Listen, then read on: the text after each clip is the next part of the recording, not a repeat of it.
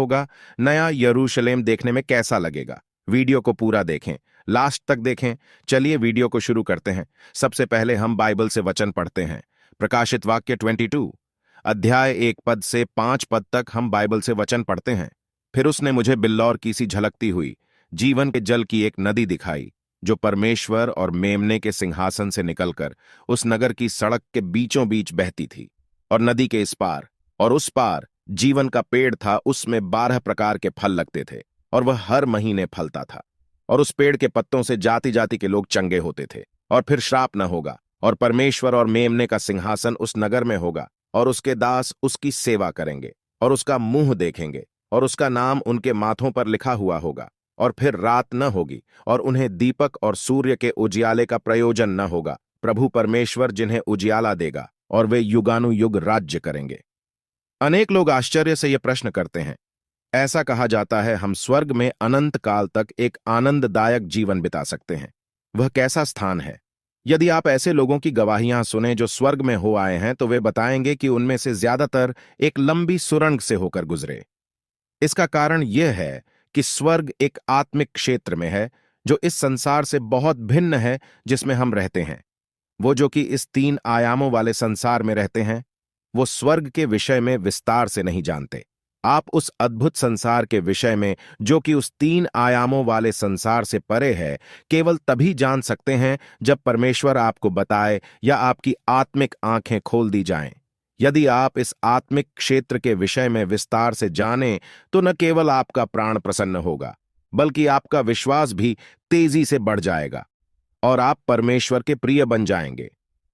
इसीलिए यीशु ने स्वर्ग के रहस्यों को अनेक दृष्टांतों के द्वारा बताया, तथा प्रेरित यूहन्ना ने प्रकाशित वाक्य की पुस्तक में स्वर्ग के विषय में विस्तार से समझाया।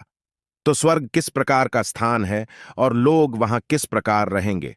आप बिल्लौर के समान स्वच्छ और सुंदर में संक्षेप में स्वर्ग की एक झलक देखेंगे, जिसे परमेश्वर ने अनंत काल तक अपनी संतानों से अपना प्रेम बांटने के लिए तैयार किया है।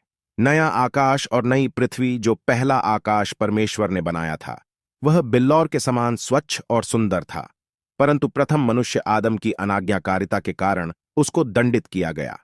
औद्योगिकरण के तीव्र प्रसार तथा विज्ञान और तकनीकी के विकास ने इस भूमि को प्रदूषित कर दिया है, और आजकल अनेक लोग प्रकृति की सुरक्षा की बात कर रहे हैं। इसलिए जब उचित समय आएगा, तो परमेश्वर पहले आकाश और पहली पृथ्वी को हटाकर एक नया आकाश और एक नई पृथ्वी प्रस्तुत करेगा। यद्यपि यह धरती प्रदूषित और सड़ गई है, फिर भी परमेश्वर की सच्ची संतानों की जुताई करने के लिए जरूरी है, जो स्वर्ग में प्रवेश करेंगे। आदि में परमेश्वर ने धरती की सृष्टि की और फिर मनुष्य की, और मनुष्य को अदन की वाटिका में ले गया। उसने मनुष्य को अत्यधिक स्वतंत्रता और प्रचुरता से सब कुछ दिया, केवल भले और बुरे के ज्ञान के वृक्ष को छोड़कर।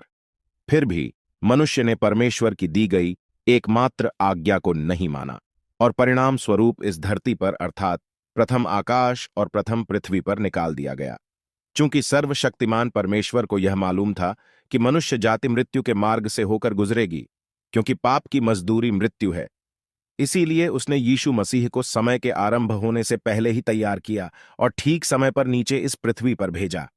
इस प्रकार जो भी यीशु मसीह, जो क्रूसित हुआ और जी उठा ग्रहण करेगा, वह एक नई सृष्टि में बदल जाएगा और नए आकाश, स्वर्ग और नई पृथ्वी पर जा सकेगा और अनंत जीवन का आनंद लेगा।